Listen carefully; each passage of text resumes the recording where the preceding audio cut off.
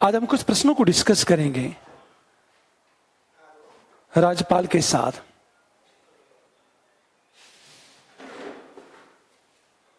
हमेशा ध्यान दो इस बात को। प्रश्न ये है, प्रश्न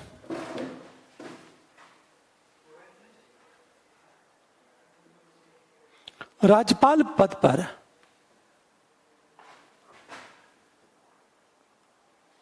नियुक्त व्यक्ति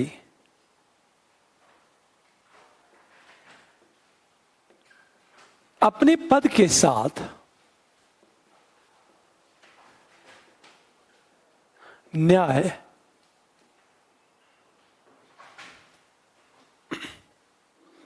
नहीं करता है। हमेशा ध्यान इस बात को, नहीं करता है, समीक्षा करें।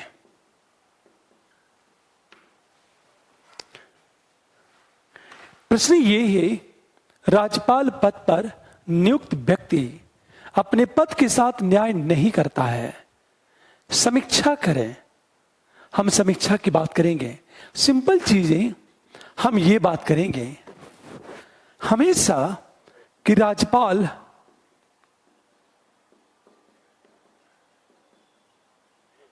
की नियुक्ति राष्ट्रपति द्वारा मंत्रिपरिषद के परामर्श पर, यह हम फर्स्ट पैरे की बात करेंगे।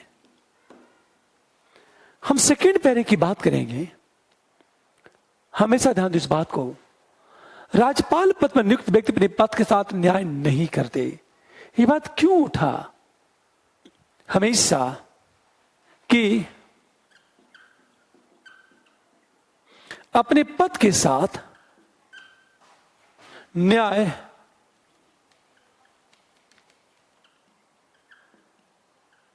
नहीं करते हैं। रीजन क्या है?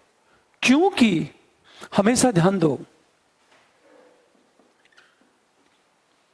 राज्यपाल सदैव केंद्र का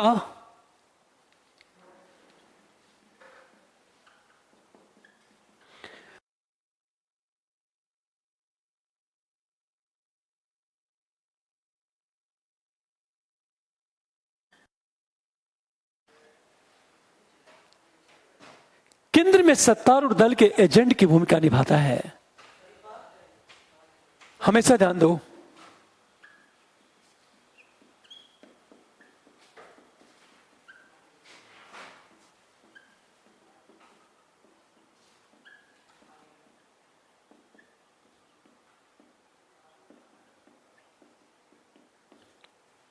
हमेशा ध्यान देना इस बात को।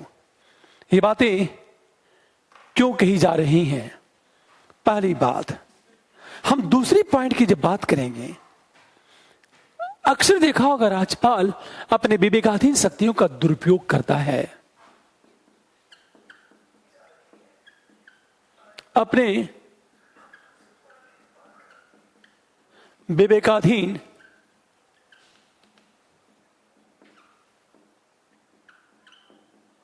शक्तियों का दुरुपयोग करता है। ये बातें हम लोग पढ़ चुके हैं। जब विवेकाधीन शक्तियों का दुरुपयोग करता है तो क्यों करता है? हमेशा ध्यान दो, रीजन क्या उसके साथ। जब वो विवेकाधीन शक्तियों का दुरुपयोग करता है तो पहली बात, किसे सरकार बनाने के लिए इनवाइट किया जाए, बहुमत को सिद्ध करने के लिए कितना समय दिया जाए, वह दुरुपयोग। हमेशा ध्यान दो इस बात को, दुरुपयोग करता है। जैसे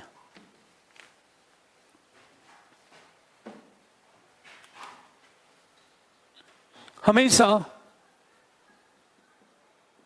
किसी दल को बहुमत सिद्ध करने के लिए समय का निर्धारण दलीय हित के आधार पर सरकार बनाने के लिए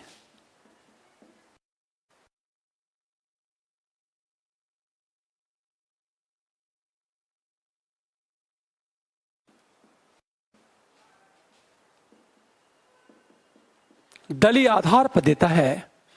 और तीसरी चीज हम बात करें, विधेयकों का आरक्षण भी दलीय आधार पर।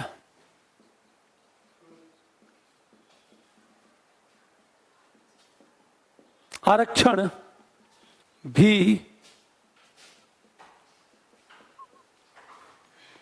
दलीय आधार पर करता है। जो रिपोर्ट देता है वह भी दलीय आधार पर देता है। हमेशा ध्यान देना इस बात को। प्रश्न ये है, राज्यपाल पद पर नियुक्त व्यक्ति अपने पद के साथ न्याय नहीं करता है, समीक्षा करें। फर्स्ट पैरे में क्या चलेगा? राज्यपाल की नियुक्ति राष्ट्रपति द्वारा मंत्रिपरिषद के परामर्श पर। हम सेकंड पैरे की बात करें, राज्यपाल पद पर नियुक्त व्यक्ति अपने पद के साथ न्याय नहीं करता, क्योंकि पहली बात हम लोग कर चुके हैं। वो क्यों नहीं करता है राज्यपाल की बात? रीजन ये है कि राज्यपाल अपने विवेकाधीन शक्तियों का दुरुपयोग करता है। जैसे किसी दल को बहुमत सिद्ध करने के लिए समय का निर्धारण भी दलीय हित के आधार पर। किसी दल को बहुमत सिद्ध करने के लिए कितना समय दिया जाए। नंबर 2, सरकार बनाने के लिए दलों को जो निमंत्रण देता है, निमंत्रण भी दलीय आधार पर। और तीसरी चीज, विधेयकों का आरक्षण भी दलीय आधार पर। हमेशा थर्ड पैरे की जब बात की जाएगी, थर्ड पैरे की बात करें, क्यों करता है?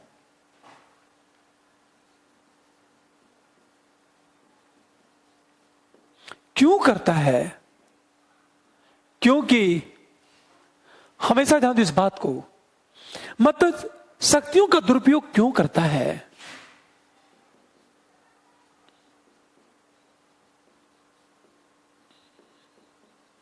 दुरुपयोग क्यों करता है? पहला रीजन क्या है?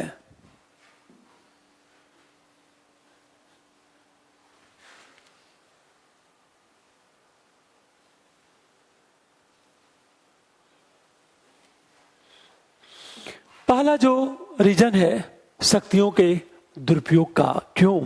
क्योंकि पहली बात, दलीय निष्ठा के आधार पर राज्यपाल की नियुक्ति। हम दूसरी चीज बात करें, राज्यपाल पद को पुरस्कार के रूप में दिया जाता है। हमेशा हम फोर्थ पैरे की बात करेंगे, चूंकि समीक्षा करनी है हमेशा दिन। लेकिन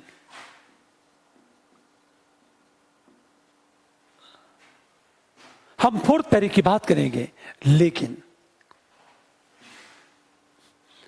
हमेशा ध्यान देना इस बात को। पहली चीज,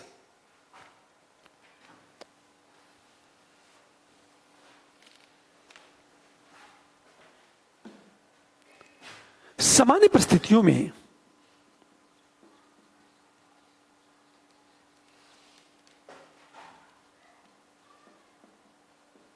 राज्यपाल से अपेक्षा की जाती है कि वह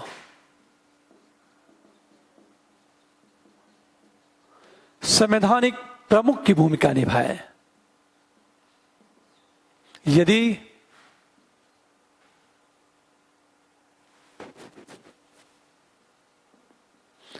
केंद्र में सत्तारूढ़ दल के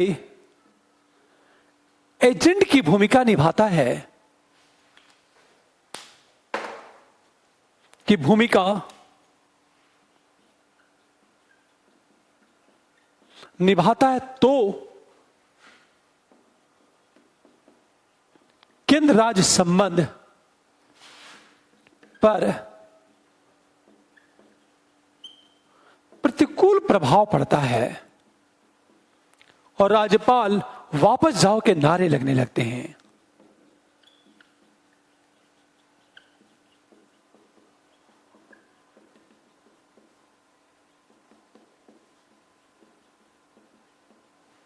हमेशा जान दो, हम पांचवी पैरे की बात करें, हमेशा सरकारी आयोग ने आयोग का सुझाव है ताकि राज्यपाल अपने पद के साथ न्याय करे। तो सरकारी आयोग का सुझाव क्या है? पहला तो सुझाव यह है सरकारी आयोग का कि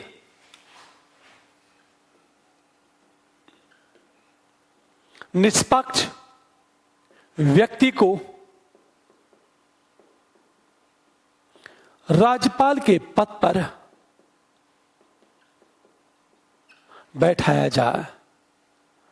हम दूसरी बात करें, निष्पक्ष व्यक्ति को राज्यपाल के पद पर बैठाया जाए। हमेशा हम नंबर 2 की बात करें, निष्पक्ष व्यक्ति को राज्यपाल के पद पर बैठाया जाए। हम दूसरी बात करें, इसमें हमेशा सीएम से परामर्श किया जाए।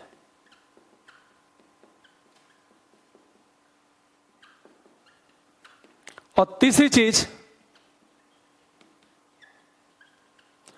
पद मुक्ति के बाद कोई महत्वपूर्ण पद न दिया जाए। यह करने के बाद अब हम निष्कर्ष की बात करेंगे और निष्कर्ष में इतनी बातें करेंगे।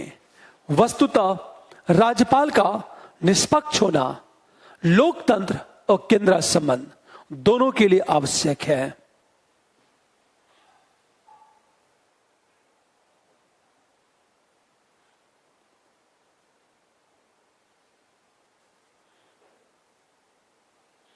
अगला क्वेश्चन देखो आप,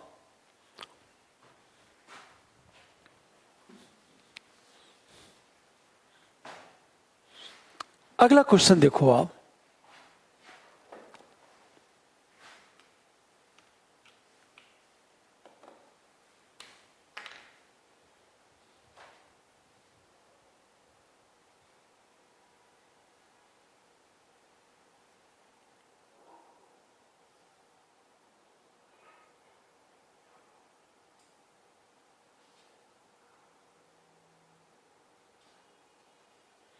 हमेशा ध्यान दो इस बात को।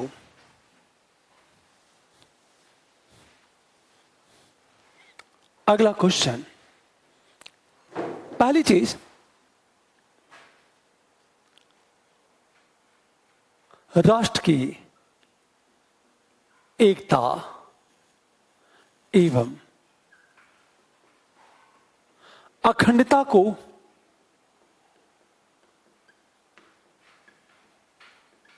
बनाए रखने के लिए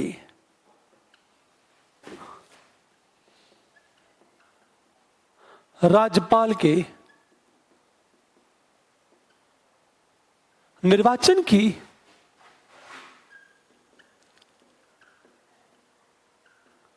व्यवस्था को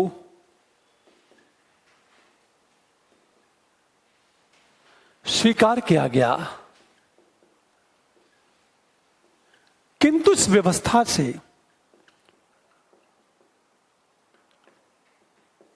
ने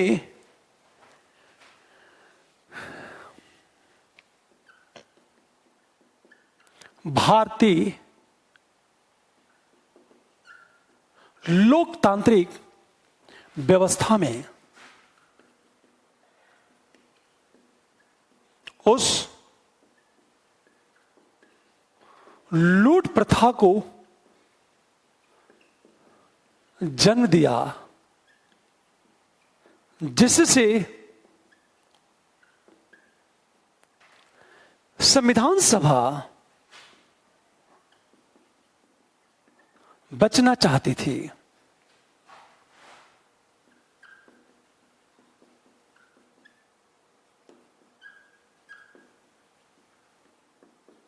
हमेशा ध्यान दो इस बात को। क्वेश्चन देखो आप, प्रश्न क्या है?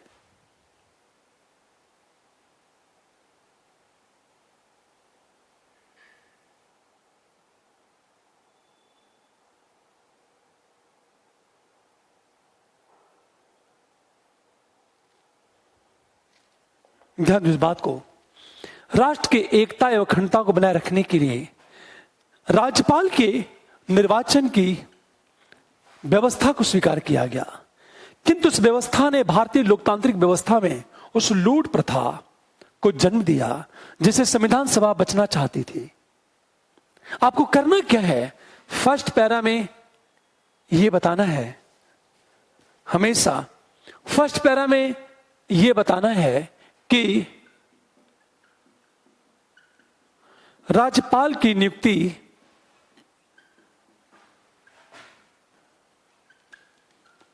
राष्ट्रपति द्वारा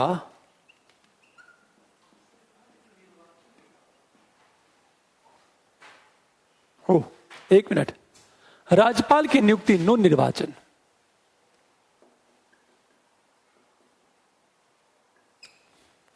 राष्ट्र की एकता अखंडता को बनाए रखने के लिए राज्यपाल की नियुक्ति की व्यवस्था को स्वीकार किया गया। राज्यपाल की नियुक्ति राष्ट्रपति द्वारा मंत्रिपरिषद के परामर्श से। अंत में हम बात करेंगे राज्यपाल की नियुक्ति योग्यता क्या बताई गई है। योग्यता में 35 वर्ष की उम्र और भारत का नागरिक हो। इतनी बातें बस की गई है फर्स्ट पैरे में। हम सेकेंड पैरा में बात करेंगे, राज्यपाल की नियुक्ति की व्यवस्था को स्वीकार किया गया, अखंडता को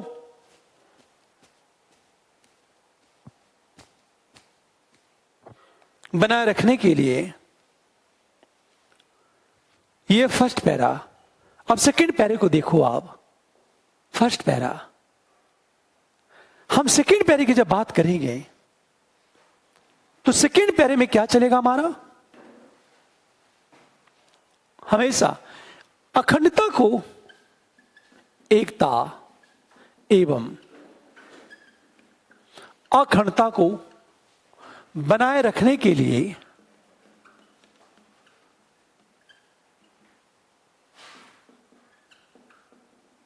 राज्यपाल के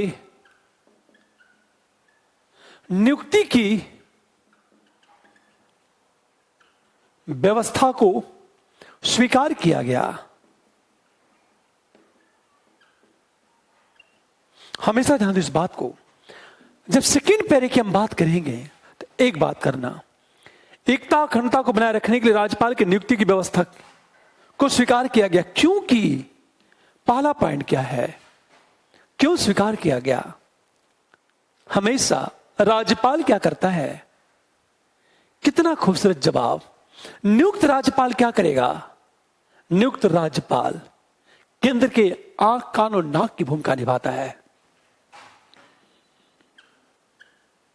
नियुक्त राज्यपाल केंद्र के आंख कान नाक की तरह काम करता है।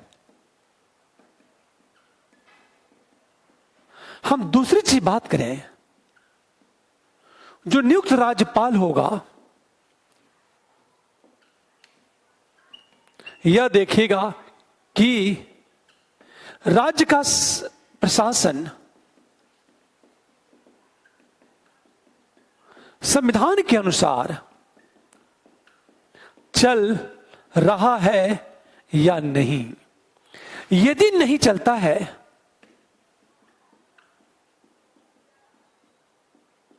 तो हमेशा, यदि नहीं चलता है तो एक रिपोर्ट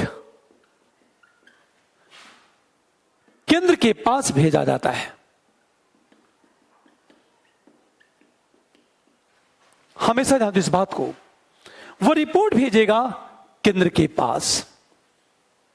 हम तीसरी चीज, तीसरा पॉइंट देखो, यदि राज्यपाल का निर्वाचन होता है तो संभव है कि राज्यपाल लोकप्रियता के लिए अलगाववाद वर्ग या समुदाय को समर्थन देने लगे। यदि राज्यपाल का निर्वाचन होता तो संभव है कि राज्यपाल लोकप्रियता के लिए अलगाववादी वर्ग या समुदाय को समर्थन देने लगे। हमेशा ध्यान दें इस बात को। तो यह कहा गया था यदि राज्यपाल नियुक्त होगा तो फिर राज्यपाल केंद्र के आंख कान और नाक की भूमिका निभाएगा। राज्यपाल के माध्यम से अलगाववादी तत्वों पर नियंत्रण आसान हो जाएगा। हमेशा ध्यान दें इस बात को। हम चौथी चीज बात करें, चौथा पॉइंट,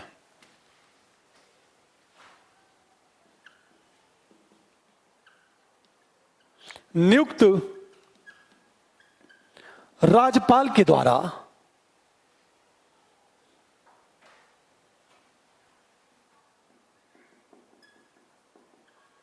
अलगाववाद पर नियंत्रण आसान।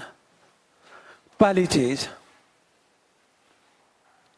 ये जैसे छोटे से एग्जांपल लेता हूं आपसे, कश्मीर की बात करें। कश्मीर के जितने भी क्षेत्रीय दल हैं वह चुनाव जीतने के लिए अलगाववादियों की भाषा बोलते थे, अलगाववादियों की भाषा बोलते थे, क्योंकि अलगाववादी एक बहुत बड़े समूह को अपने विचारों से प्रभावित करने में लगे हुए थे हमेशा। और कई बार ऐसा होता है कि अलगाववादी जिसके पक्ष में समर्थन देते थे उसके जीतने की संभावना ज्यादा होती थी।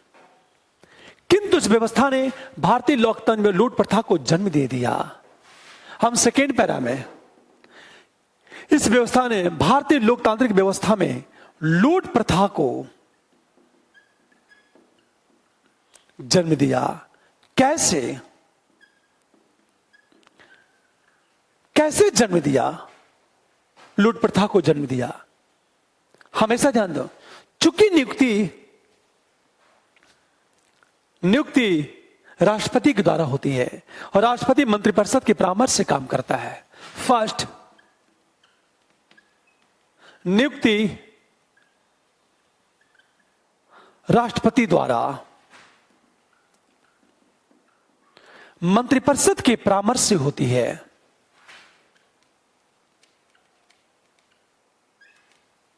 और मंत्रिपरिषद क्या करता है? हमेशा ध्यान दो। और मंत्रिपरिषद दलीय निष्ठावान को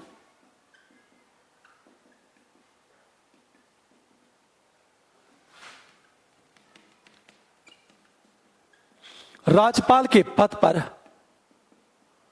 बैठाने पर बल। हम दूसरी चीज देखा जाए, चुनाव में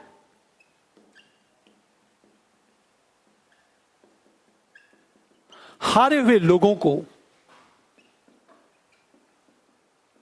राज्यपाल का पद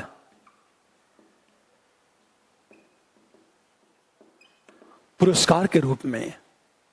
कैसे? संविधान सभा से बचना क्या है? लूट प्रथा को जन्म दिया हमेशा। इसका परिणाम क्या रहा? थर्ड पैरे में परिणाम यह हुआ कि राज्यपाल पद का राजनीतिकरण। जब राजनीतिकरण हुआ तो दो चीज, राज्यपाल पद की निष्पक्षता प्रभावित, गरिमा प्रभावित। इन दोनों ने क्या किया? केंद्र राज्य संबंध पर प्रतिकूल प्रभाव डालने लगा। हमेशा ध्यान दो इस बात को। एक सबसे बड़ी चीज तो ये है,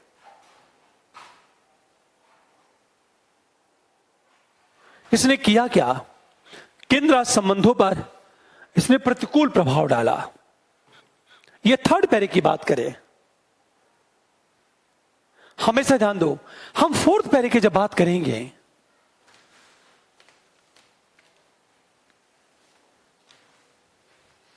जब फोर्थ पैरे की बात करेंगे हम लोग, तो हमेशा ध्यान दो, संविधान सभा बचना चाहती थी।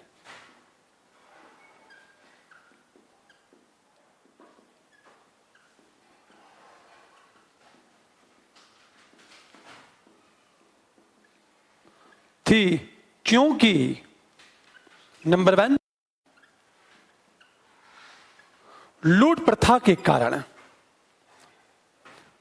योग्यता की उपेक्षा जो भारतीय लोकतंत्र के लिए उचित नहीं। हमेशा ध्यान दो इस बात को, लूट प्रथा के कारण योग्यता की उपेक्षा जो भारतीय लोकतंत्र के लिए उचित नहीं है। पहली बात ध्यान देना इस बात को। हम दूसरी चीज बात करें,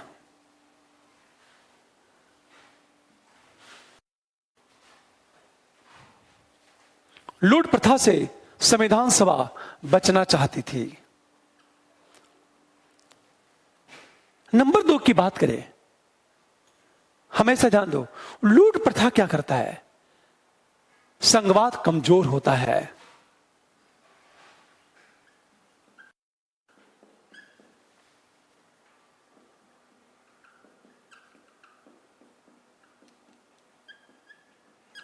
हम कमजोर की बात करें, हम अगली बात करेंगे और सीधे निष्कर्ष की बात करेंगे, और निष्कर्ष में ये लिखेंगे, वस्तुतः राज्यपाल की निष्पक्षता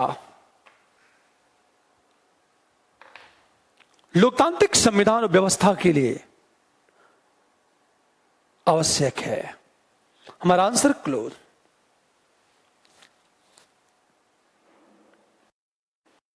पहली चीज,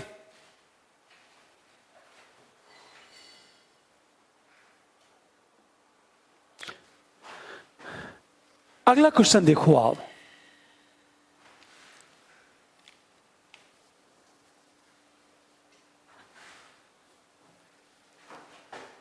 राज्यपाल को विवेकाधीन शक्तियां दी गई।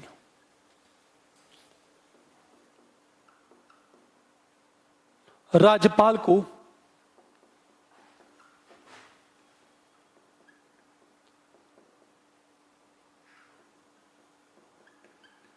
दी गई ताकि राज्यपाल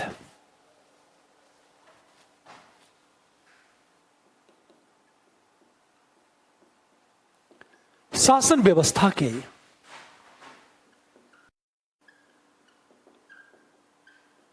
सफल संचालन के साथ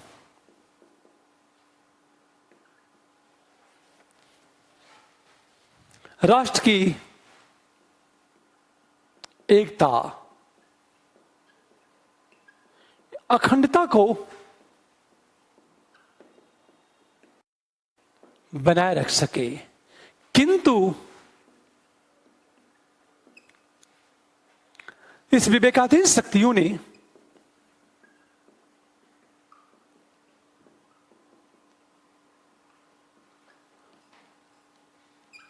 कारण राज्यपाल पद की गरिमा धूमिल होने के साथ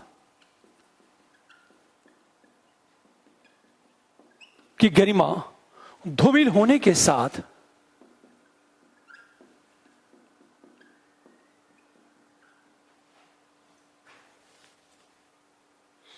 केंद्र राज्य संबंध पर भी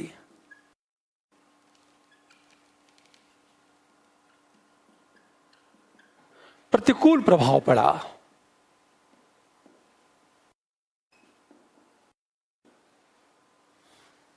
हमेशा ध्यान दो इस बात को, समीक्षा करें।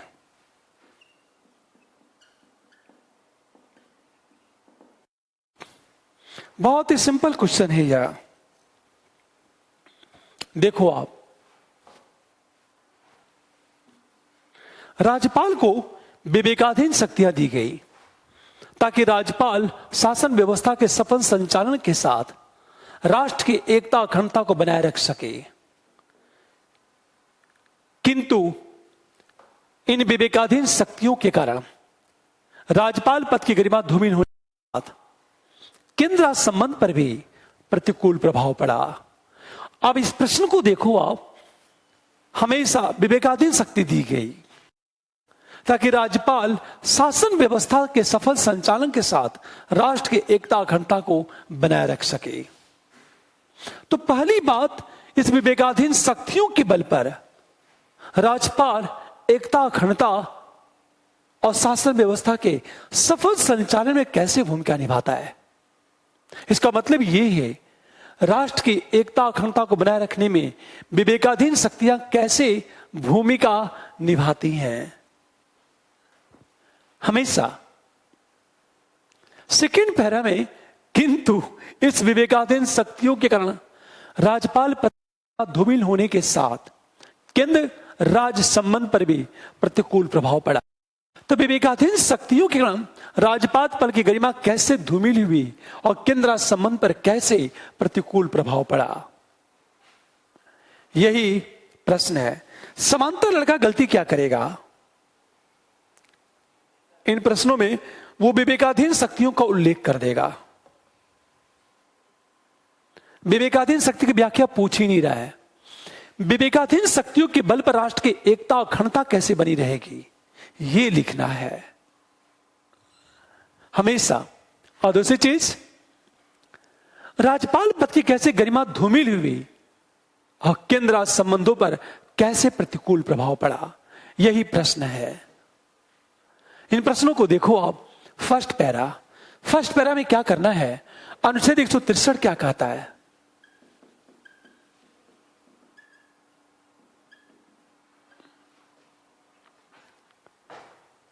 अनुच्छेद 163 के अनुसार जिन विषयों में राज्यपाल को मंत्रिपरिषद के अनुसार काम करना है, उन विषयों को छोड़कर अन्य विषयों में राज्यपाल अपने विवेक के अनुसार निर्णय लेगा। जिन विषयों में राज्यपाल को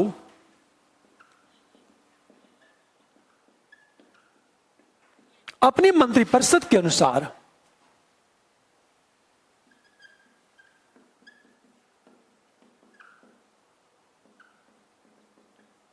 कार्य करना है, उन विषयों को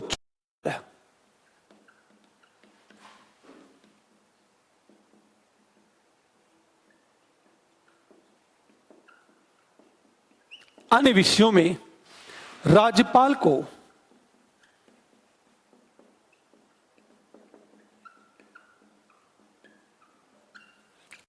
एक अनुसार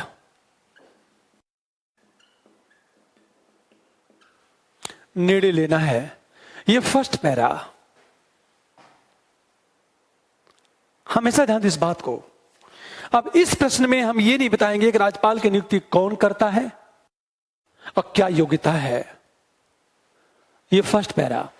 हम सेकेंड पैरे की जब बात करेंगे, इस प्रश्न को मैं मिटा देता हूं। मैं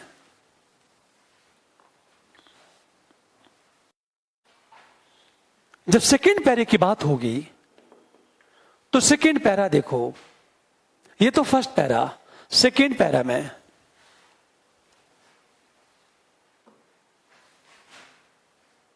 हमेशा राज्यपाल को विवेकाधीन दी गई ताकि राज्यपाल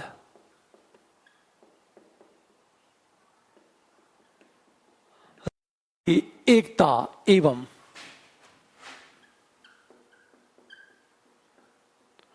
अखंडता को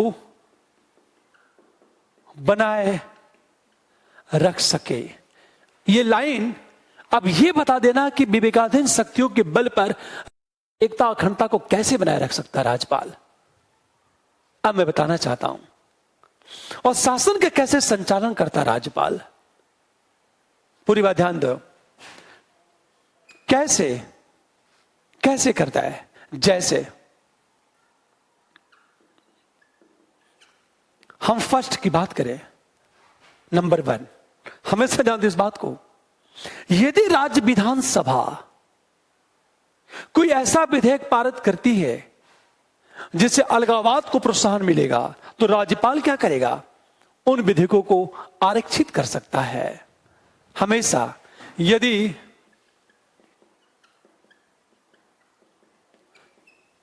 राज्य विधानमंडल कोई ऐसा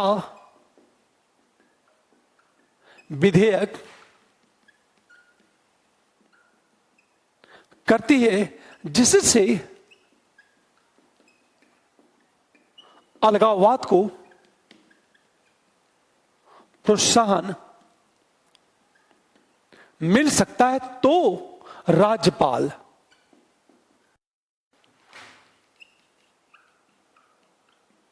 उस विधेयक को राष्ट्रपति की अनुमति के लिए आरक्षित कर सकता है। कितनी अच्छी बात। यदि राज्यपाल ने आरक्षित कर दिया, तो जब तक राष्ट्रपति उस पर अपनी अनुमति नहीं देगा, तब तक वह कानून का रूप नहीं लेगा। हमेशा ध्यान देना इस बात को। पहला पॉइंट। हम दूसरे पॉइंट की बात करें। दूसरे पॉइंट की बात देखो, कैसे करता है वह।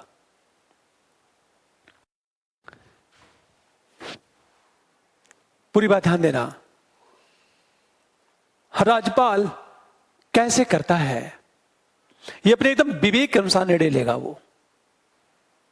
हमेशा ध्यान दो। राज्यपाल क्या करेगा? असम के खनिज क्षेत्रों से प्राप्त राशि का कितना हिस्सा जिला परिषदों को दिया जाए, ये अपने विवेक के अनुसार निर्णय लेता है। हमेशा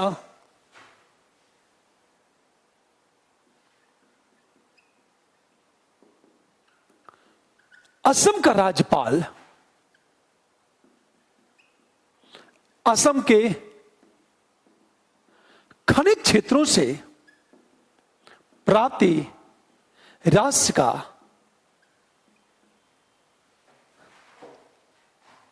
राशि के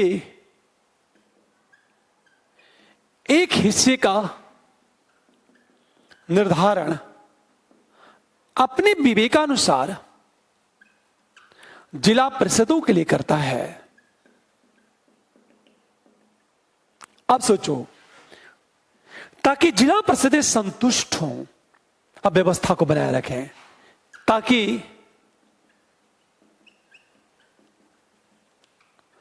जिला परिषदों का विकास हो। हमेशा ध्यान दो इस बात को। जिला परिषदों को कुछ विषयों में स्वायत्तता दी जाती है, और जब इनके पास पर्याप्त मात्रा में फंड होगा तो ये व्यवस्था को सपोर्ट करेंगे, अब व्यवस्था क्या होगी? सफल होगी। ये बात हमेशा ध्यान दो इस बात को।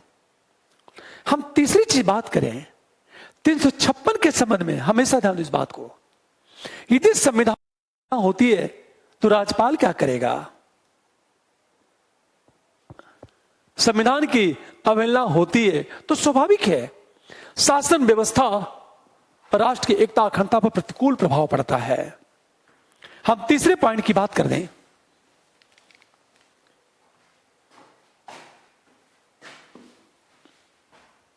ये नंबर 2। हम नंबर 3 की बात करें। ये सारे प्रश्नों को मैं फ्रेम कर रहा हूं, आप सब लोग फ्रेम करते चलो। नंबर 3 की बात करें। यदि राज्यों में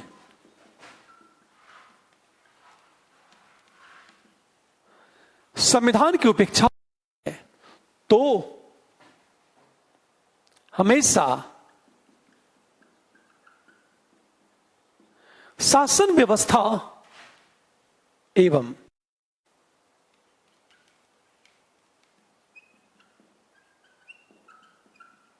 राष्ट्र की अखंडता पर प्रतिकूल प्रभाव पड़ सकता है। इसलिए राज्यपाल इस संबंध में एक रिपोर्ट भेजता है और उसकी रिपोर्ट के आधार पर राज्य में राष्ट्रपति शासन लागू।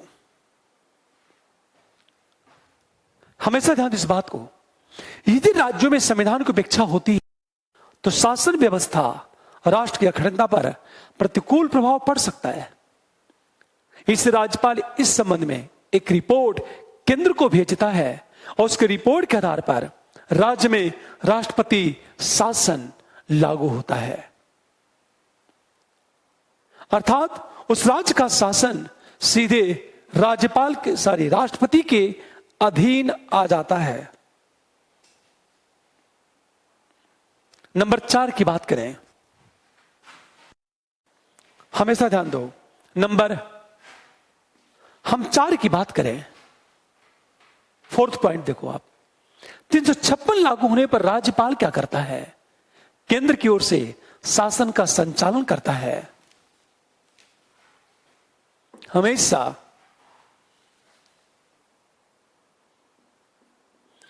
356 लागू होने पर राज्यपाल केंद्र की ओर उस राज्य के शासन का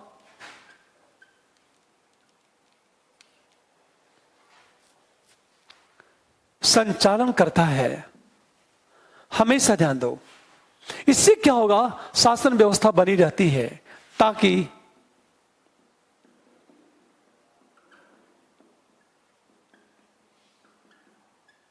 बनी रहे।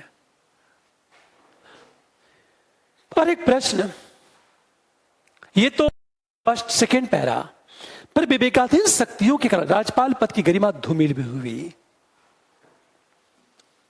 हमेशा ध्यान देने इस बात को। अब हम बात करेंगे सेकेंड पैरे में, सारी थर्ड पैरा। आज जब थर्ड पैरे की हम बात करेंगे,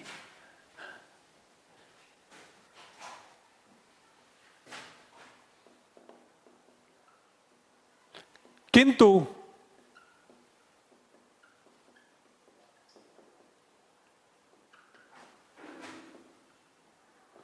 कारण राज्यपाल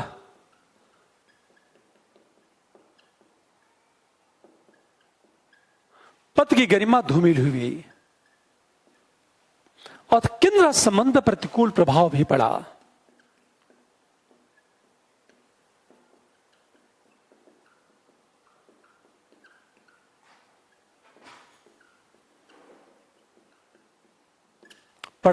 तो 2 बातें करेंगे, राज्यपाल पद की गरिमा धूमिल और केंद्र संबंध पर प्रतिकूल प्रभाव भी पड़ा। 2 बातें करेंगे हम लोग।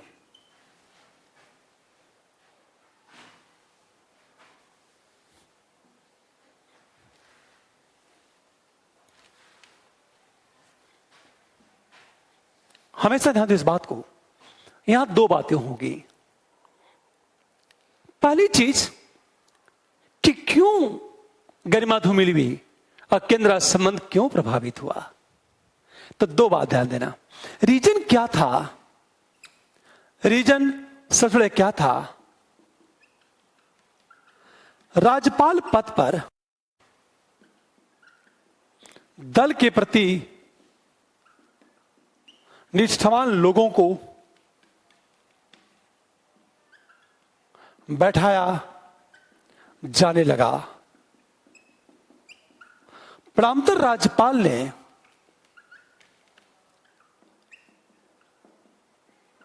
दलीय हितों के आधार पर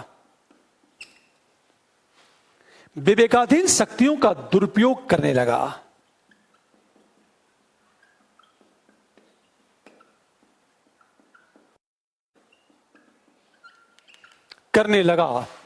जैसे आखिर विवेकाधीन शक्तियों का दुरुपयोग कैसे किया? किस दल को सरकार बनाने के लिए निमंत्रण दिया? राज्यपाल की विवेकाधीन शक्ति।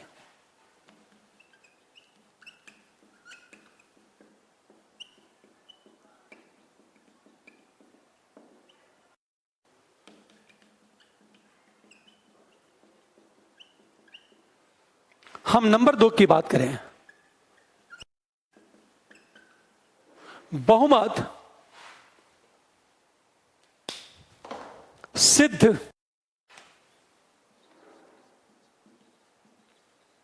करने के लिए समय का निर्धारण भी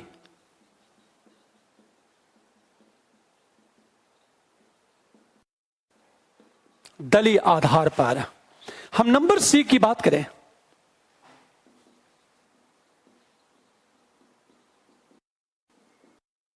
विधेयकों का आरक्षण भी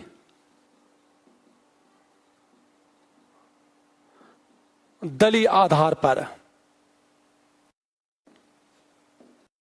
हम नंबर डी की बात करें, विधेयकों का जो रिजर्वेशन है वह भी दलीय आधार पर। हम नंबर डी की बातें करें, राज्यपाल का जो रिपोर्ट है वो दलीय आधार पर तैयार।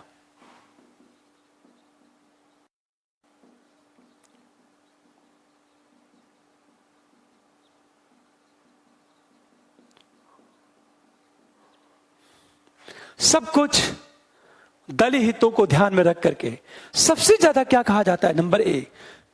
कल की बात हम लोग कर चुके थे, किस दल को सरकार बनाने के लिए आमंत्रित किया जाए, यह राज्यपाल की विवेकाधीन शक्ति है।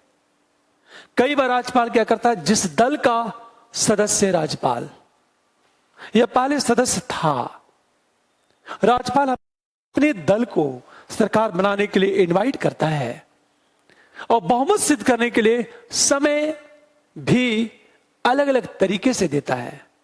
किसी को 40 दिन, किसी को 10 दिन देता है राज्यपाल। अब देखो, आप विधेयक जो आरक्षित किए जाते हैं उसमें दलीय हित प्राइमरी होता है, और जब राज्यपाल रिपोर्ट तैयार करता है दलीय आधार पे।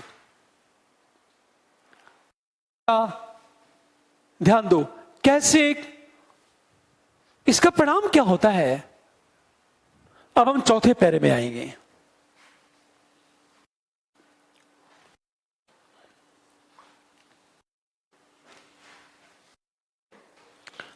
चौथे पैरे की बात करेंगे, परिणामता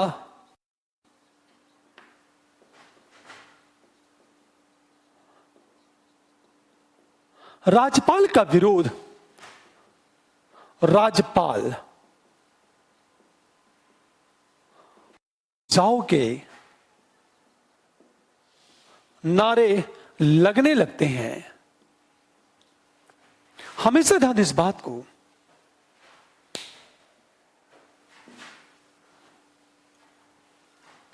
राज्य क्या करते हैं, राज्यपाल पद की गरिमा भी धूमिल होती है।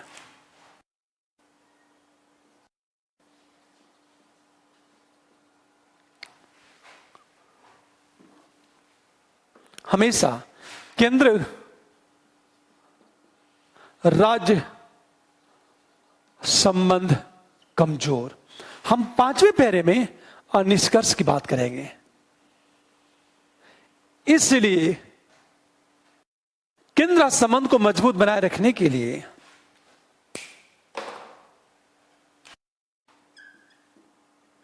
केंद्र राज्य संबंध को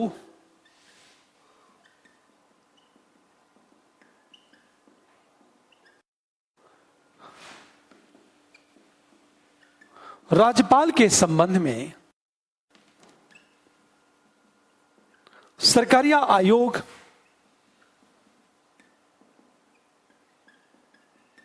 के सुझाव का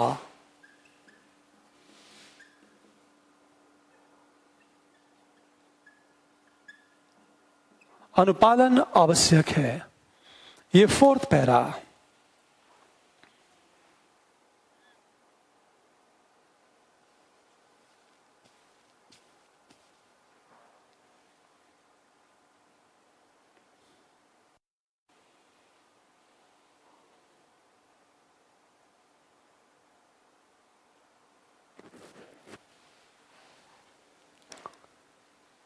अर्थात यह प्रश्न 5 पैरे में टूट जाएगा। अगला क्वेश्चन देखो आप।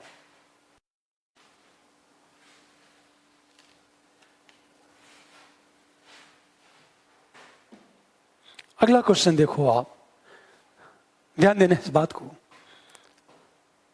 कि राज्यपाल के निर्वाचन का विरोध किया गया।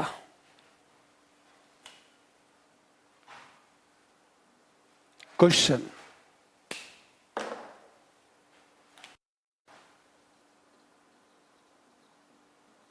राज्यपाल के निर्वाचन का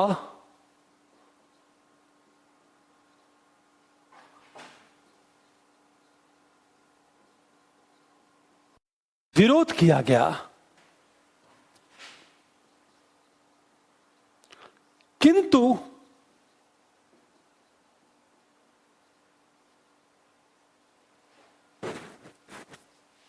एक मिनट, किंतु राज्यपाल की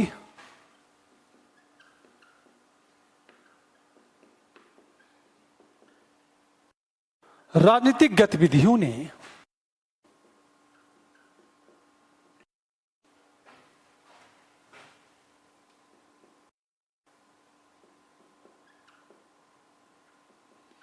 राज्यपाल के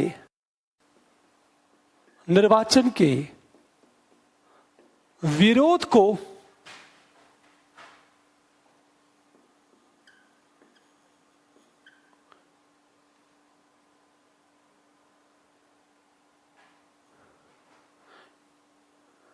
एक भूल साबित किया।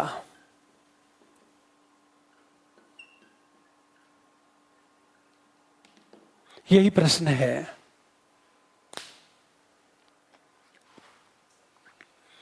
हमेशा राज्यपाल के निर्वाचन का विरोध किया गया, क्वेश्चन का फर्स्ट पार्ट, यह प्रश्न का फर्स्ट है।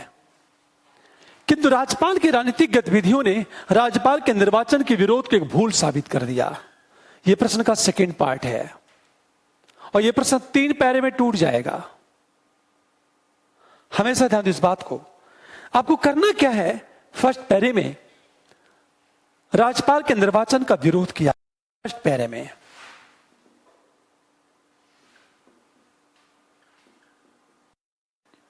राज्यपाल के निर्वाचन का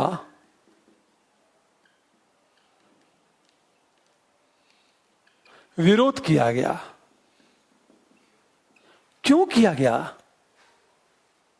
हमेशा ध्यान दो, रीजन बताना है। राज्यपाल का निर्वाचन होगा तो शक्तियों का दावा करेगा, हमेशा, और शक्तियों के यदि दावा करेगा तो फिर मंत्रिपरिषद और राज्यपाल के संबंध खराब होंगे।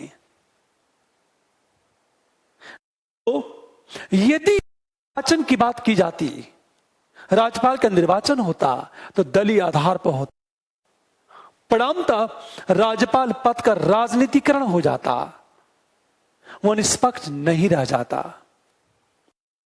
और तीसरी है, राज्यपाल चुनाव जीतने के लिए अलगाववादी तत्वों को नैतिक समर्थन देना शुरू कर देता, राष्ट्र के एक पर प्रतिकूल पड़ सकता था हमेशा। और चौथी चीज कि राज्यपाल किन एजेंट की तभी निभा सकता है जब राज्यपाल की नियुक्ति हो, निर्वाचन। बताना चाहता रीजन क्या था फर्स्ट पैरे में, मैं यहां लिख रहा हूं, राज्यपाल का विरोध किया गया क्योंकि फर्स्ट पैरा हमेशा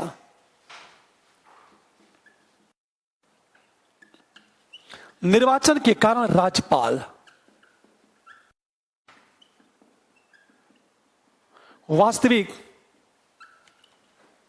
शक्तियों के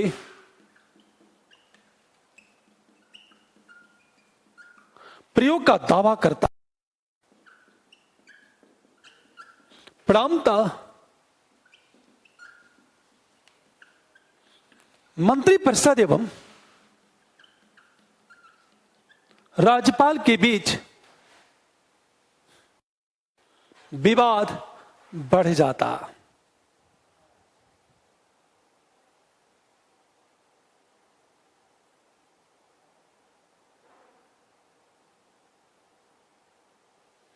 हमेशा ध्यान दो इस बात।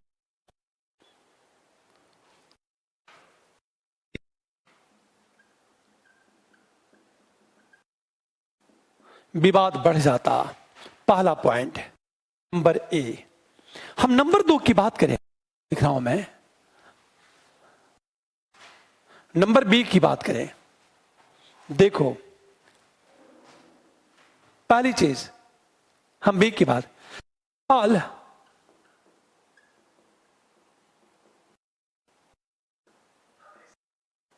निर्वाचित होने के लिए अलगाववादी को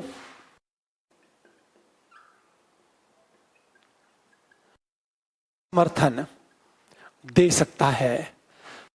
की बात करें,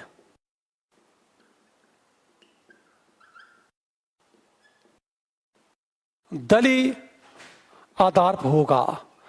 परिणामतः राज्यपाल का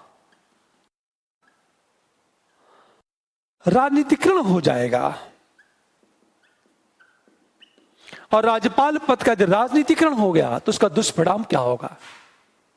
हम डी की बात करें,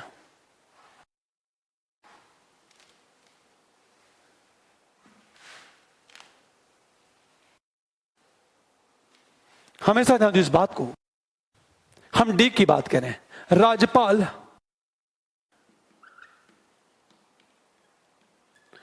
केंद्र के एजेंट की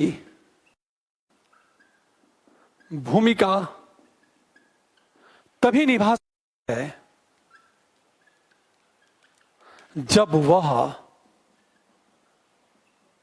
नियुक्त हो। पहला जवाब, पहला पैरा।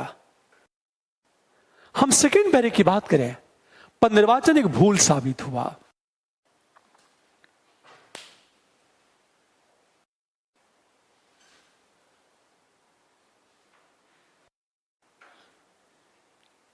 अब हम सेकेंड पैरे की बात करेंगे।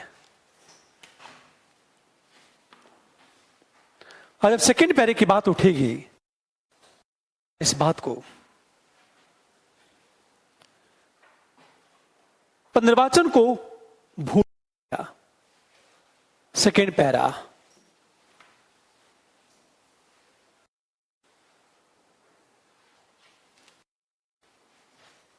देखो पर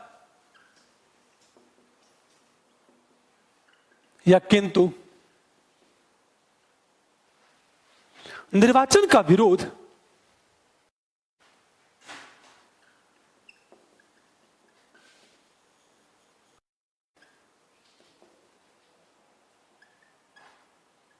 भूल साबित हुआ, क्योंकि राज्यपाल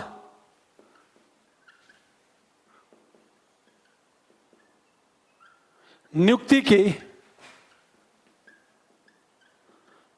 प्रावधान के कारण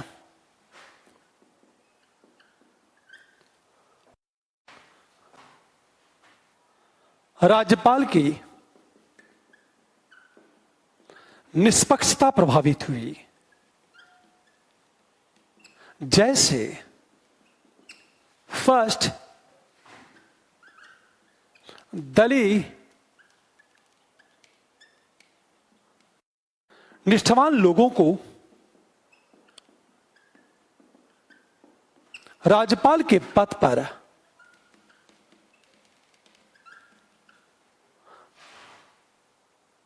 हम सेकंड की बात करें, राज्यपाल के पद को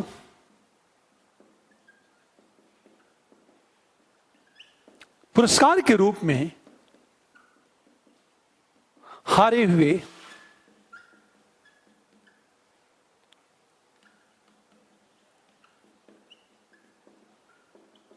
हमेशा हारे हुए नेताओं को दिया जाने लगा।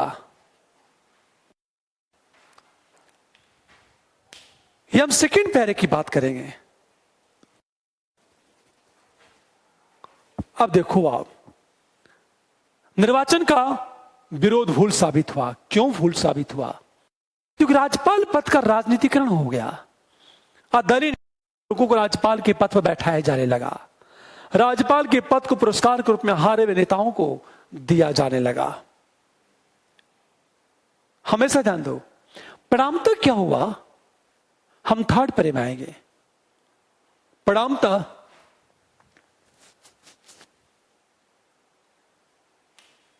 हमेशा ध्यान दो, आएंगे थर्ड पैरे में। आज जब थर्ड पैरे की बात होगी,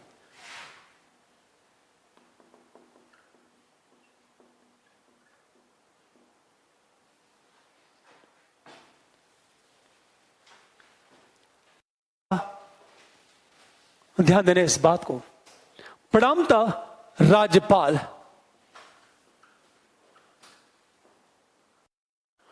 केंद्र का एजेंट होने के बजाय केंद्र में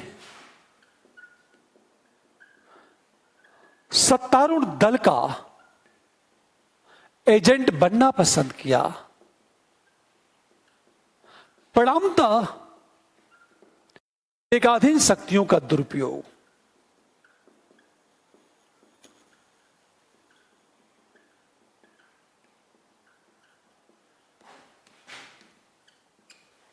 विवेकाधीन शक्तियों का दुरुपयोग प्रारंभ।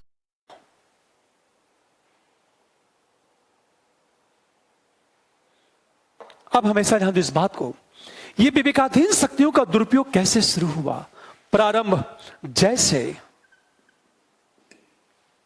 हमेशा ध्यान दो, राज्यपाल द्वारा राज्य के आंतरिक मामलों में हस्तक्षेप। हम सेकंड की बात करें, दल को सरकार बनाने का निमंत्रण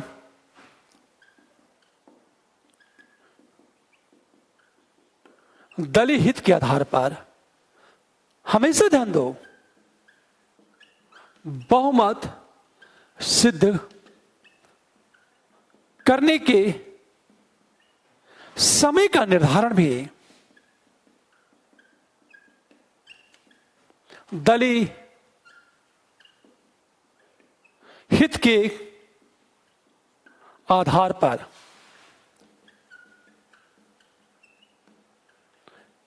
विधेयकों का आरक्षण भी दलीय हित के आधार पर। और राज्यपाल का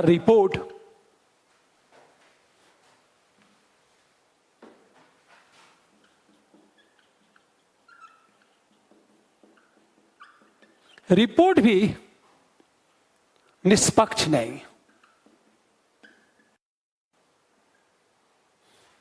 हमेशा ध्यान इस बात को, हम चौथे पैरे में आएंगे जो कि भूल साबित हुआ।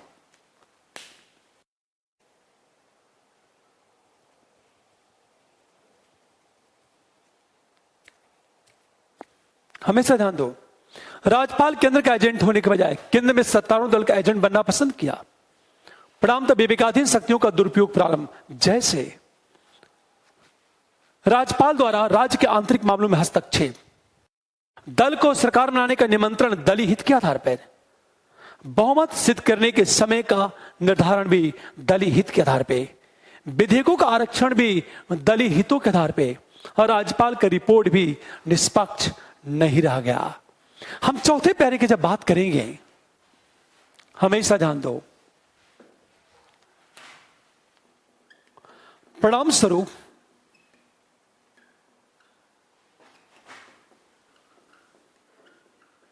राज्यपाल पद की गरिमा धूमिल और राज्यपाल वापस जाओ के नारे लगने लगे। हम दूसरी चीज, केंद्र राज्य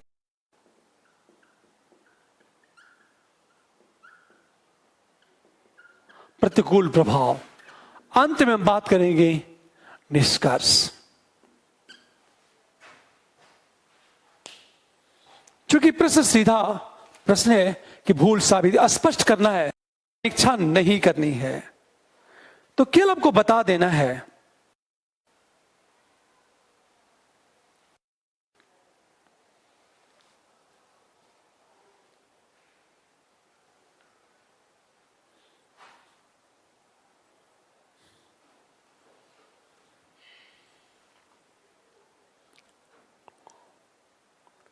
बस एक बात करनी है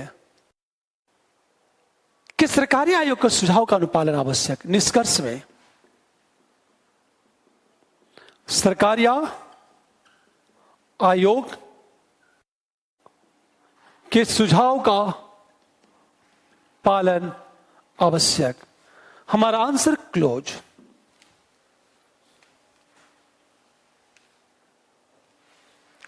अर्थात ये प्रश्न 5 पैरे में टूट जाएगा।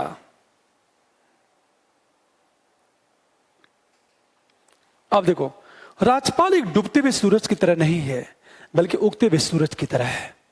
परीक्षण करें।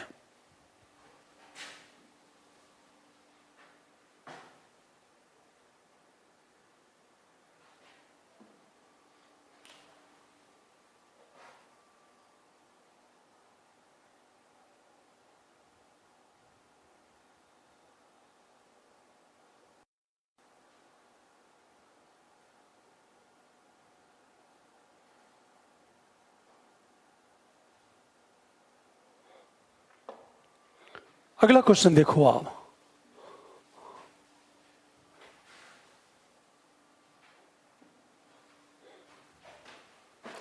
अगला क्वेश्चन, राज्यपाल डूबते सूरज की तरह नहीं है, बल्कि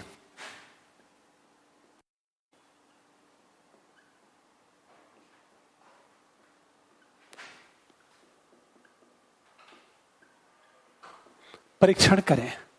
दो बातें हुई। डूबते सूरज की तरह नहीं है, बल्कि उगते सूरज की तरह। इसका मतलब यह है राज्यपाल शक्ति विहीन नहीं है, बल्कि शक्तियों का निरंतर ग्रहण करता है। वो ये बात हमेशा ध्यान दो इस बात को। सिंपल, वो राज्यपाल उगते हुए सूरज की तरह है। फर्स्ट पैरे में क्या करेंगे? राज्यपाल की नियुक्ति राष्ट्रपति द्वारा मंत्रिपरिषद के परामर्श से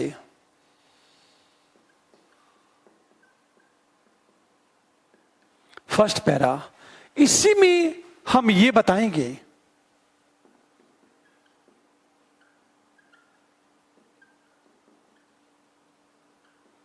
और ये बातें हार्डली 20 से 30 शब्द, इससे ज्यादा नहीं कहना है इस प्रश्न में। 20 से 30 शब्दों में ये बात हम कह देंगे। हम सेकेंड पैरे में आएंगे और सेकेंड पैरे में क्या करेंगे? वो उगते हुए सूरज की तरह है।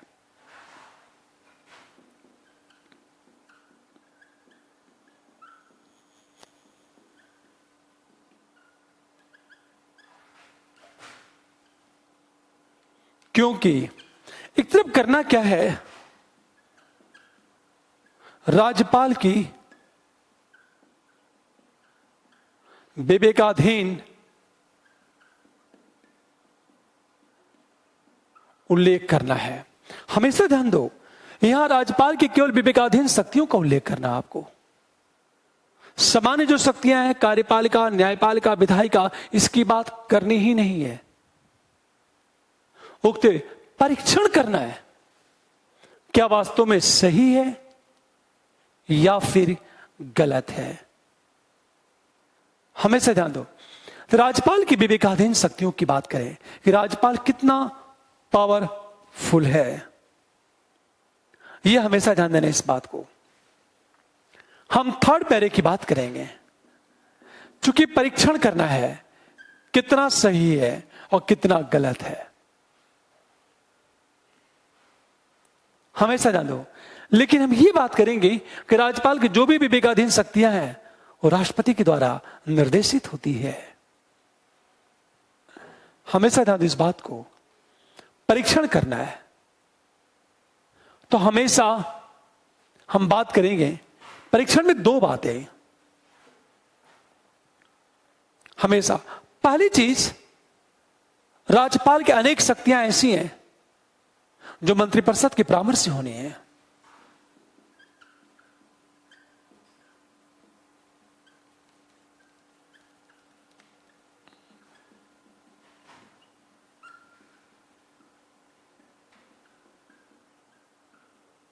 परामर्श से।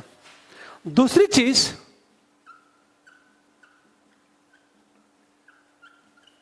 विधायी शक्ति में अध्यादेश जारी करने की सीमा हम लोग बातें कर चुके हैं, और राज्यपाल की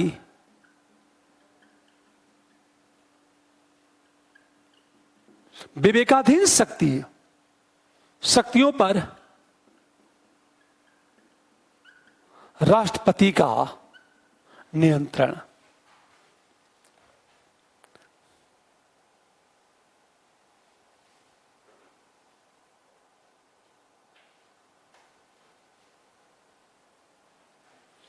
ये हमेशा ध्यान दो इस बात को।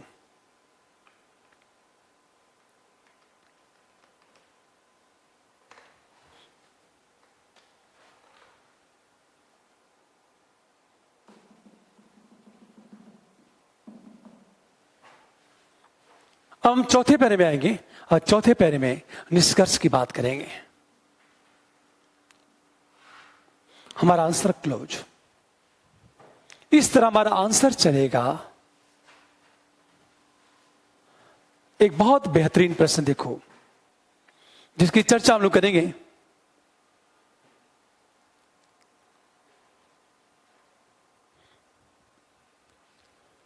जिसकी हम चर्चा करेंगे, हमेशा ध्यान देना इस बात को।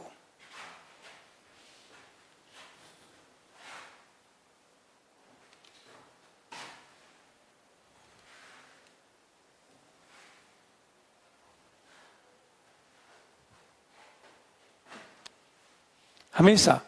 अब एक प्रश्न, राज्यपाल और राष्ट्रपति की तुलना की जाए।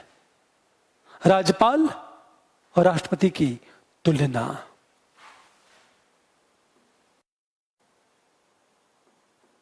राष्ट्रपति एवं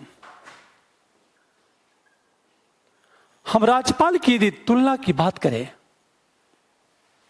तो बस एक लाइन ध्यान देना इस बात को। पहली चीज, राष्ट्रपति का निर्वाचन और राज्यपाल की नियुक्ति राष्ट्रपति द्वारा। हमेशा ध्यान दें इस बात को।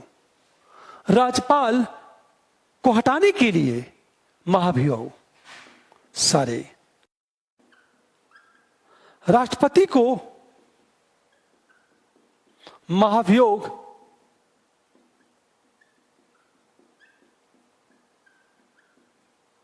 हटाया जा सकता है, और जो राज्यपाल है राष्ट्रपति के प्रसाद पर्यंत कार्य करता है और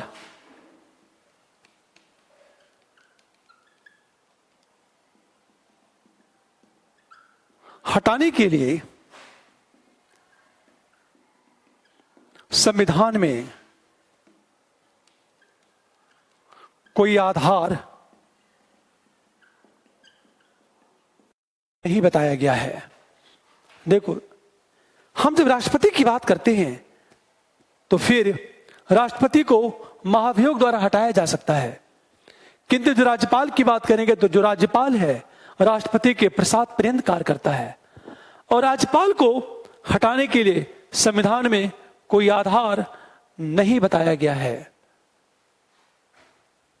दोनों में बेसिक डिफरेंट देखो जरा।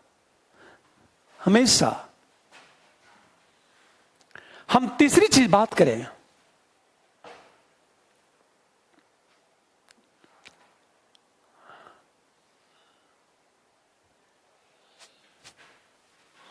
आप ध्यान दें इस बात को, राष्ट्रपति मंत्रिपरिषद के परामर्श को मानने के लिए बाध्य है।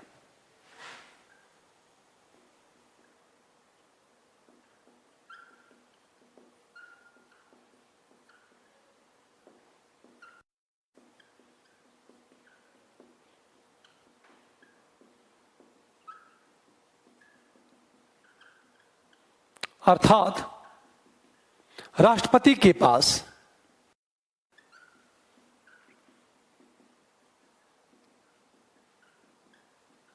विवेकाधीन शक्ति नहीं है। हम राज्यपाल की बात करें, राज्यपाल के पास विवेकाधीन शक्तियां हैं।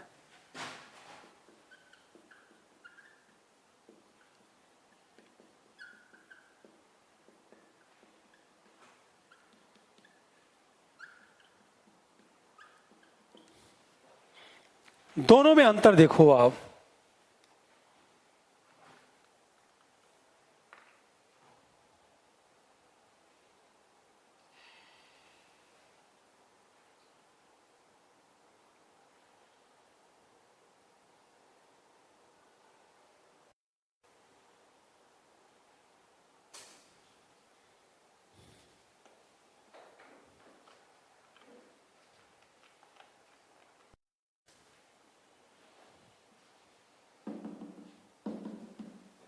हमेशा ध्यान दो इस बात को, राष्ट्रपति के पास कोई विवेकाधीन शक्ति नहीं, राज्यपाल के पास विवेकाधीन शक्ति है। दोनों में यह है। प्रश्न कैसे बनेगा यूपीएससी में?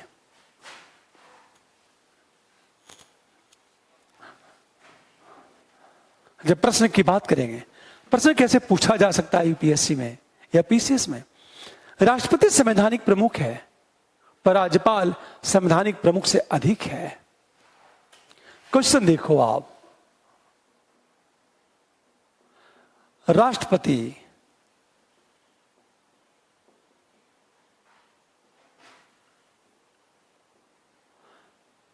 प्रमुख है, जबकि राज्यपाल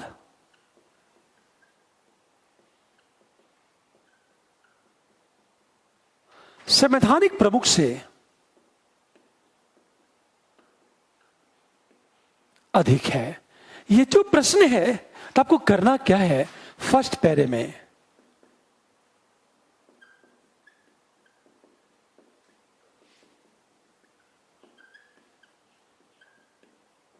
प्रमुख है, क्योंकि क्यों है? मैं थोड़ा सा बात करता हूं। अनुच्छेद 74 कहता है, अनुच्छेद 74 कहता है कि राष्ट्रपति को उसके कार्यों में सहायता देने के लिए एक मंत्री परिषद होगी जिसका प्रधान प्रधानमंत्री होगा। 74 क्या कहता है? 53 कहता है कि सभी शक्ति राष्ट्रपति में होगी। हमेशा ध्यान दो। और 74 कहता है कि उसके कार्यों में सहायता देने के लिए एक मंत्री परिषद होगी जिसका प्रधान प्रधानमंत्री होगा और राष्ट्रपति मंत्रिपरिषद के परामर्श को मानने के लिए बाध्य है।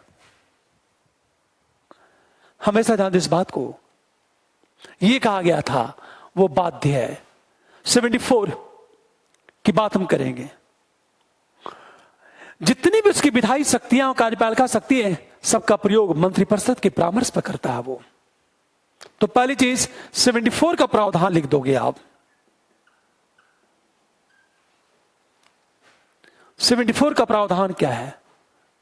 वो संवैधानिक प्रमुख है।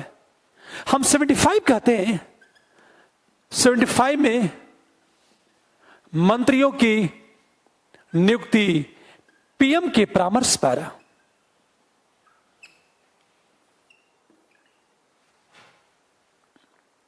हमेशा वीटो का जो प्रयोग है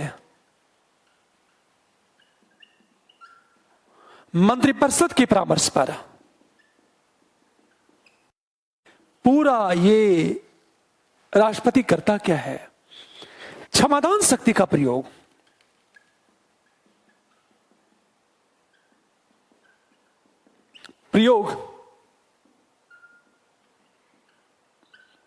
मंत्रिपरिषद के परामर्श पर आर्टिकल 72 कहता है, हमेशा ध्यान दो, सभी महत्वपूर्ण पदों पर नियुक्ति, सभी महत्वपूर्ण नियुक्ति मंत्रिपरिषद के परामर्श पर,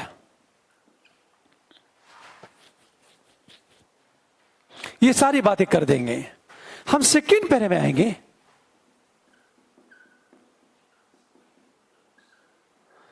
संवैधानिक प्रमुख क्यों बनाया गया?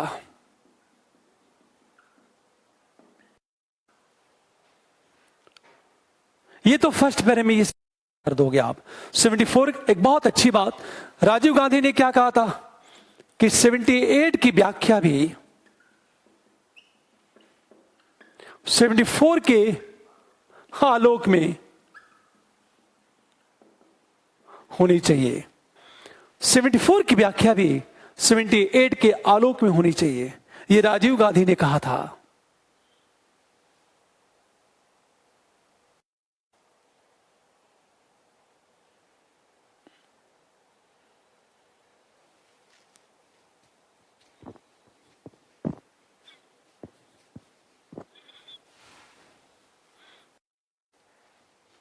अब ध्यान देना इस बात को, क्यों बनाया गया, हम सेकंड पैरे की बात करेंगे।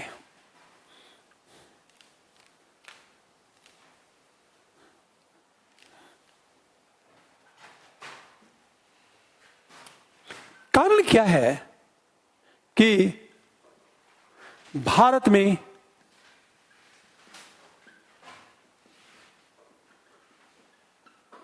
और राष्ट्रपति नाम मात्र का प्रमुख होता है। हमेशा दीक्षित सोच, चूंकि नाम मात्र का प्रमुख है तो उसकी शक्तियों का प्रयोग कौन करेगा? उनकी शक्तियों का प्रयोग करेगा मंत्रिपरिषद। एक बात हमेशा याद रखना, हम सेकंड पैरे में आएंगे। थर्ड पैरे में राज्यपाल संवैधानिक प्रमुख से अधिक है। अब संवैधानिक प्रमुख से अधिक क्यों है? क्योंकि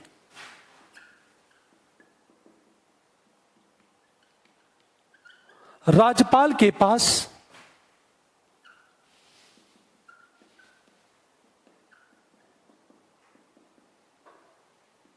शक्ति है। जैसे इसकी पूरी व्याख्या करने के बाद हम फोर्थ पैरे में आएंगे और हम निष्कर्ष की बात करेंगे।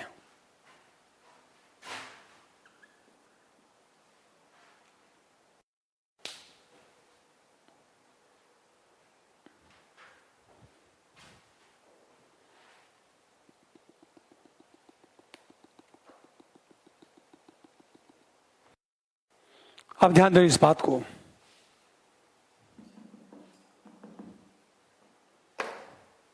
ये हमारा चलेगा आंसर क्लोज। एक प्रश्न और कुछ सिंपल क्वेश्चन पूछा जा सकता है कि हमेशा ध्यान दो इस बात को, क्या राज्यपाल को मनमाने तरीके से हटाया जा सकता है? ये हम लोग पढ़ चुके हैं। यहां पर से ये पूछा जा सकता है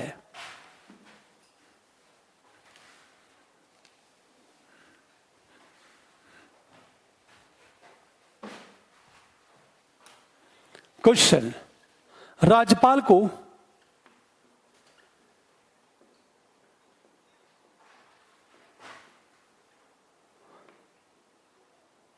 संवैधानिक प्रमुख एवं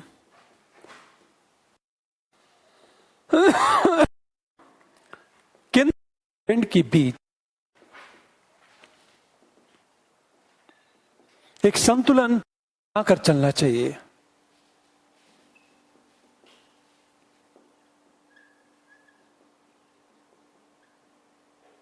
किंतु राज्यपाल इसमें असफल होता दिखता है।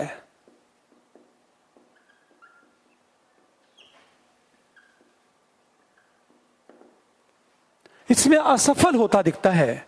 अब सोचो, यह असफल क्यों दिखता है?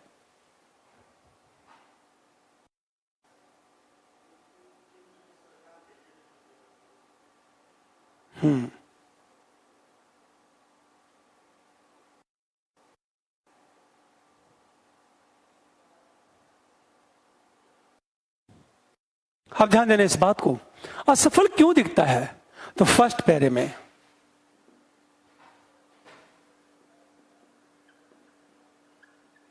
राज्यपाल को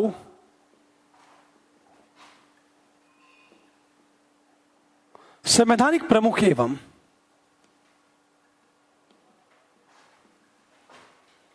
एजेंट के बीच संतुलन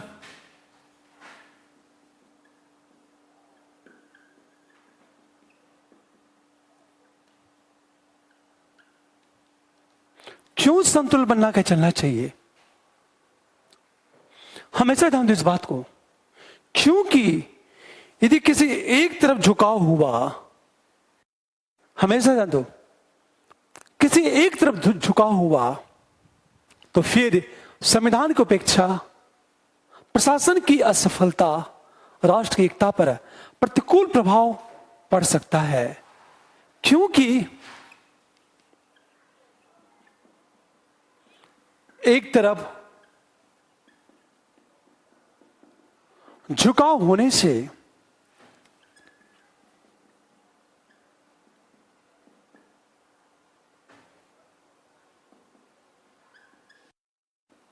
एवं राष्ट्र की एकता एवं अखंडता पर प्रतिकूल प्रभाव पड़ सकता है।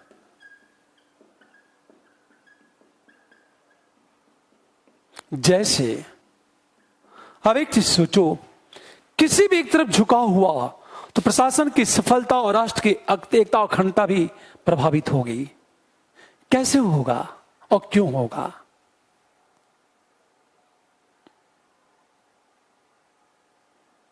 हमेशा ध्यान इस बात को, यदि केवल संवैधानिक प्रमुख की भूमिका निभाता है तो हो सकता है राज्य अलगाववाद को प्रमोट करे। पहली चीज आंसर क्या है? जैसे यदि राज्यपाल केवल, मैं बस हिंट कर रहा हूं, यदि राज्यपाल केवल संवैधानिक प्रमुख की भूमिका निभाता है और केंद्र के एजेंट की भूमिका न निभाए तो फिर यह संभव है कि राज्य में अलगाववाद को प्रोत्साहन मिले और ऐसे विधेयक पारित हो जाए, ऐसे विधेयक पारित हो जाए जिससे संविधान का उल्लंघन होने के साथ, हमेशा ध्यान इस बात को, शासन व्यवस्था पर भी प्रतिकूल जा। नंबर 2, यदि वह केवल केंद्र के एजेंट की भूमिका निभाता है, केंद्र के एजेंट की भूमिका निभाता है तो स्वाभाविक है राज्यों की स्वायत्ता पर प्रतिकूल प्रभाव पड़ेगा और राज्यपाल और मंत्रिपरिषद के संबंध खराब होंगे, जैसे संसदीय व्यवस्था प्रभावित होगी। इसलिए राज्यपाल को समान परिस्थितियों में संवैधानिक प्रमुख की और विषम परिस्थितियों में केंद्र के एजेंट की भूमिका निभानी चाहिए। अब हम सेकेंड पैरे में आएंगे। बस मैं हिंट कर दिया हूं मैं, हम सेकेंड पैरे में आएंगे। किंतु राज्यपाल इसमें असफल होता दिख रहा है।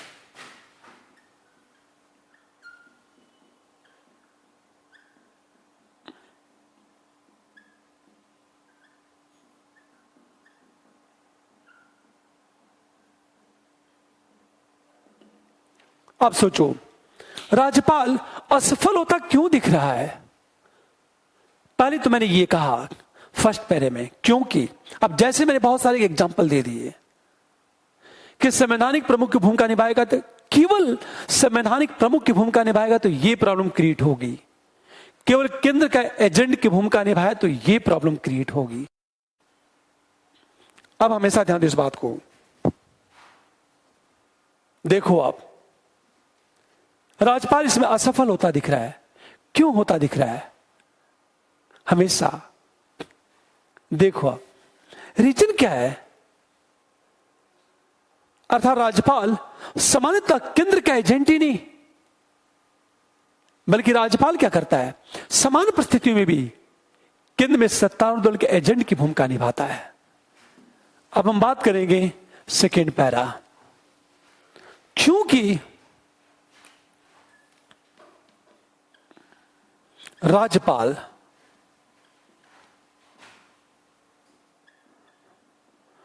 सामान्य परिस्थिति में भी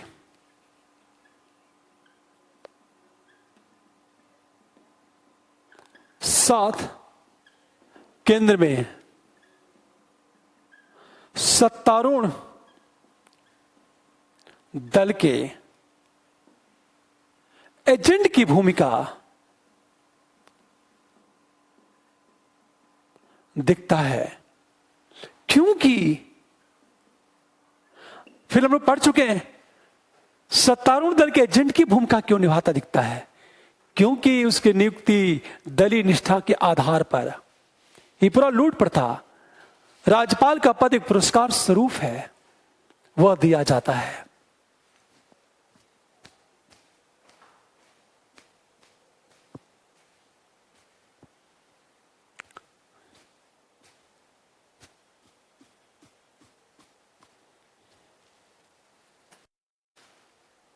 अगला क्वेश्चन देखो आप,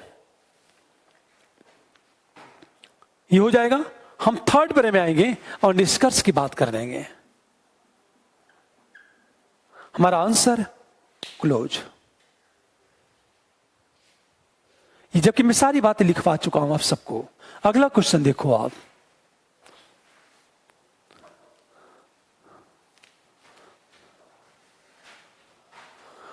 राज्यपाल का जो पद है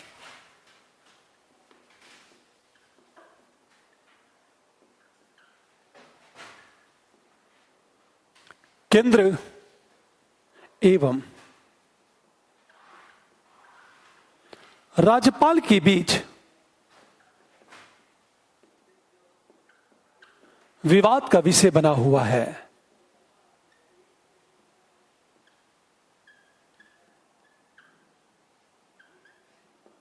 स्पष्ट करें।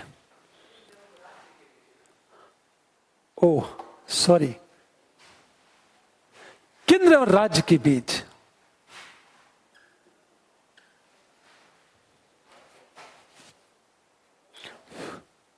हमेशा ध्यान देना इस बात को।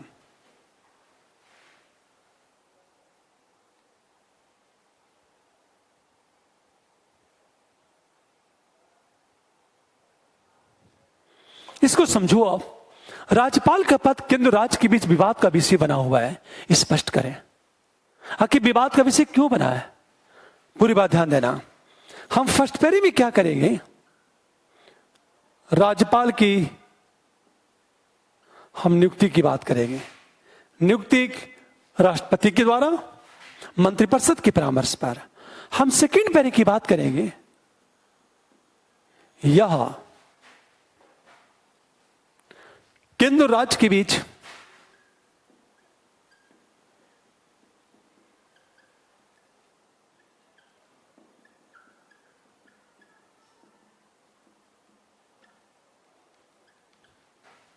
क्योंकि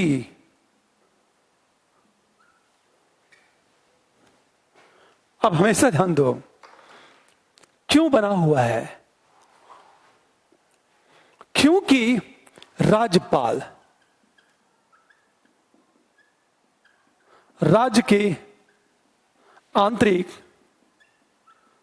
मामलों में हस्तक्षेप करता है। हम दूसरी बात करें, दूसरी चीज क्या हो रहा है? विधेयकों का आरक्षण भी दलीय हितों के आधार पर,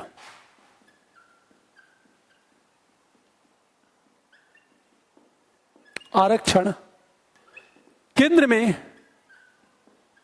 सत्तारूढ़ आधार पर। हम तीसरी चीज, राज्यपाल केंद्र में सत्तारूढ़ दल का सक्रिय सदस्य के रूप में भूमिका निभाता है। राज्यपाल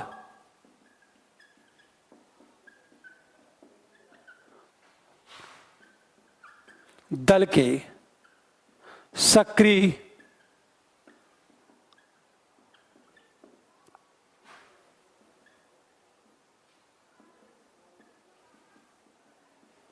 निभाता है।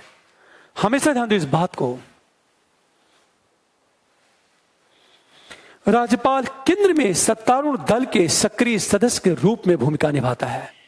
हम ए, बी, हम सी की बात करें, हम दूसरी चीज हम डी की बात करें। राज्यपाल का रिपोर्ट भी दलीय हितों से प्रभावित।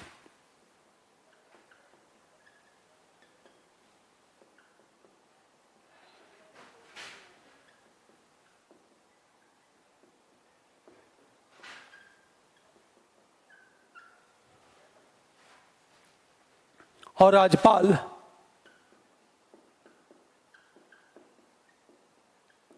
स्वयं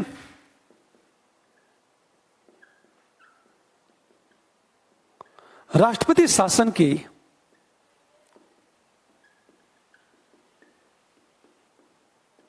पृष्ठभूमि तैयार करता है। यह हमारा सेकेंड पैरा चलेगा। हम थर्ड पैरे की बात करेंगे। आखिर ऐसा क्यों होता है?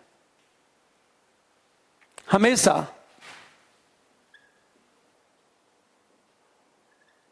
इसका मूल कारण राज्यपाल पद का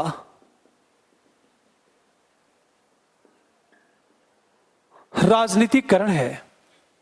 इसका जो मूल कारण राज्यपाल पद का राजनीतिकरण है।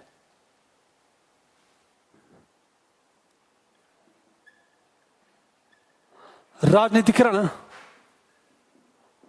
होने का कारण दो है। एक क्या है? दल के प्रति निष्ठावान लोगों को राज्यपाल के पद पर बैठा दिया जाता है। नंबर बी, राज्यपाल का पद पुरस्कार स्वरूप दिया जाता है। दलीय निष्ठावान लोगों को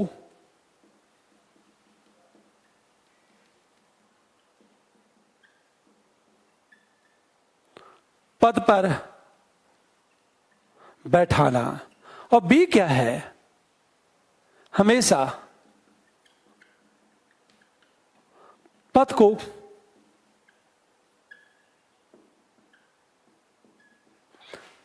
अंत में हम चौथे पैरे की बात करेंगे और निष्कर्ष की बात करेंगे। और निष्कर्ष में इतनी बातें करेंगे, राज्यपाल पद के राजनीतिकरण से संघवाद पर प्रतिकूल प्रभाव पड़ता है। राज्यपाल पद के राजनीतिकरण से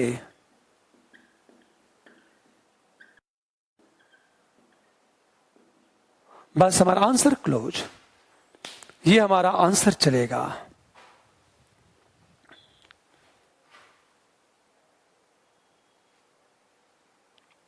मुझे लगता है कि राज्यपाल पद से सारे प्रश्न बन जाने चाहिए। इससे बाहर आपसे प्रश्न, एक बात और कहना चाहता हूं कि जो यूपीएससी पूछ चुका है वो कभी रिपीट नहीं करेगा।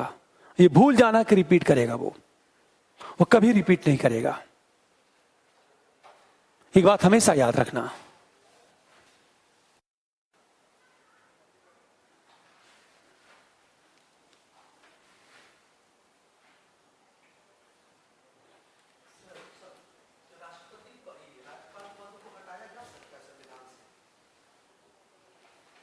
हाँ, ये आपको कभी सुझाव नहीं देना है कि राज्यपाल पद को समाप्त कर दिया जाए, क्योंकि संविधान सभा के विरुद्ध नहीं जाना है।